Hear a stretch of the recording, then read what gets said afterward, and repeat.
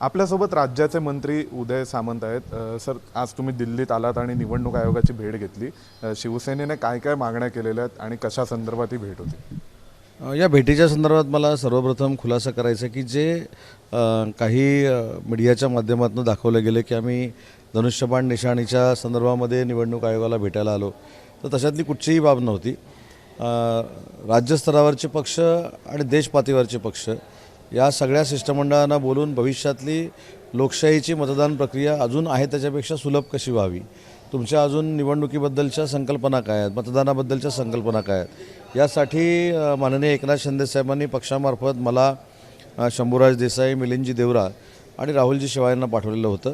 आम्ही दोन महत्त्वाच्या भूमिका त्या ठिकाणी मांडल्या की निवडणुकीमध्ये मतदारांची नोंदणी होत असताना या मतदारांमध्ये बांगलादेशी मतदारांची जर नोंदणी असेल तर ती तातडीनं काढून टाकावी। वन नेशन वन इलेक्शनला पूर्वीच आम्ही त्याच्यामध्ये पाठिंबा दिलेला आहे शिंदे साहेबांनी। आणि तिसरी महत्त्वाची भूमिका आम्ही अशी मांडली की मतदार जो आहे हा आधारशी जर लिंक झाला तर या सगळ्या अडचणी दूर होतील, अशा पद्धतीची आम्ही भूमिका मांडली आणि अगदी खेळीमेळीच्या वातावरणामध्ये आमची बैठक पार पडली। साधारणपणे काय अंदाज आहे तुमचा? फक्त मुंबईमध्येच असे आहेत बांगलादेशी घुसखोर की रत्नागिरी, तुमचा मतदारसंघ, इतर महाराष्ट्रात पण आहेत? नाही, ओव्हरऑल आम्ही सगळ्याच बाबतीत सांगितलं की शेवटी आयडेंटिटी कार्ड बघून आपण ज्या पद्धतीनं मतदानाला अलाव करतो त्याच्यामध्ये बांगलादेशी लोकांना देखील काही प्रमाणात जर अशा पद्धतीनं मतदानाचा अधिकार मिळत असेल तर आपल्या लोकशाहीच्या दृष्टीनं ते अतिशय घातक असल्यामुळे आम्ही ही मागणी केलेली आहे। बिहारमध्ये स्पेशल इंटेन्सिव्ह रिव्हिजन झालं, याच अनुषंगाने इलेक्शन कमिशनकडून विरोधकांनी खूप विरोध केला। तुमच्या मागणीला पण विरोध होईल असं नाही वाटत? नाही, विरोध म्हणण्यापेक्षा ही वस्तुस्थिती आम्ही मांडलेली आहे। जो काय निर्णय निवडणूक आयोग घेईल तो आम्हाला मान्य राहील, कारण ती स्वायत्त संस्था आहे।